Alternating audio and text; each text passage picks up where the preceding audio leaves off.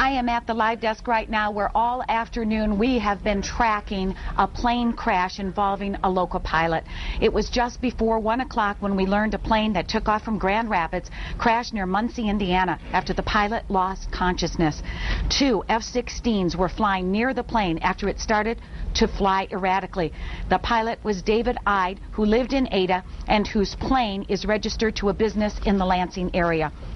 Here is a look at the type of plane Ide was flying. It is a Mooney plane, a single engine that can hold 4 people. It's considered to be a high-end plane designed for recreational uses. It can fly as high as 25,000 feet.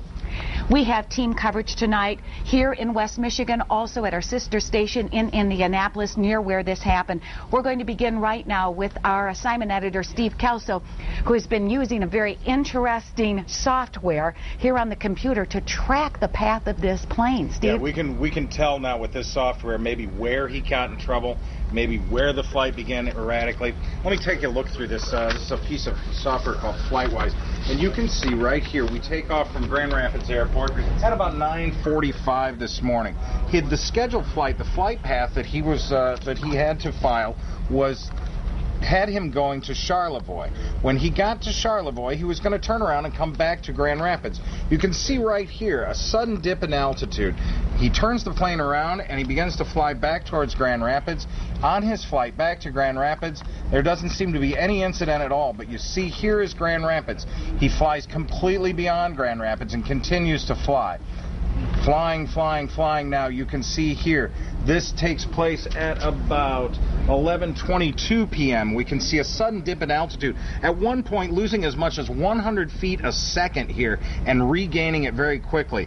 Again, the same thing happens again. And when we get back into the Muncie area, you take a look here, the flight begins a very erratic pattern. These F-16s, tower controllers confirmed out of Indianapolis Tower that the F-16 saw the pilot slumped over at the wheel of the plane. Yeah. This again consistent with that hypoxia or running out of oxygen.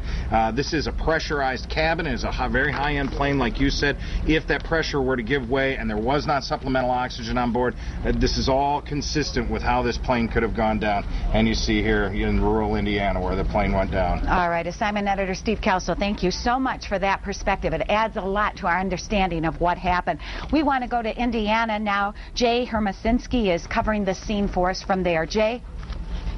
For any of your viewers that are familiar with northeast Indiana, we're just northeast of the city of Muncie. The plane went down about a half a mile from me in the cornfield in Randolph County. Our chopper video can show you the wreckage from above. What's happening right now is federal investigators with the FAA, they came up from Indianapolis. They're going through the wreckage site right now. Now, we talked to an eyewitness who actually saw the plane coming in, and he described to me that the plane was actually circling, that it had circled 3 times, and on the 3rd time it started dipping down towards the cornfield, and then it just slammed into the cornfield near a tree line. He said there was a large smoke cloud. Debris flew into the air. He and his nephew called 911. They ran to the crash site. He said by the time they got there, the plane was burning. There was so much smoke he could not see inside the plane. He said the wreckage was scattered about 75 yards. Of course, emergency responders arrived quickly. The nearest ambulance is just about 3 miles, fire station 3 miles from here. They got here as quickly as possible, but according to the eyewitness, it was just too late. The plane crash was so severe that the pilot died apparently upon impact. Of course, we do know from the Air Force, National Guard, that the pilot lost consciousness long before he crashed. That's the latest from Randolph County. I'm Jay Hermasinski, 24-Hour News 8. Thank you, Jay, for that report. Now we're going to 24-Hour News 8's Jessica Leffler, who is in Ada, in the area of the home where that plane was registered. Jess? Yes, Susie, we traced the plane to a home that was registered here in Ada, and we also confirmed that the pilot of that plane was David Ide. We went to speak to his family, but they declined to talk to us during this difficult time.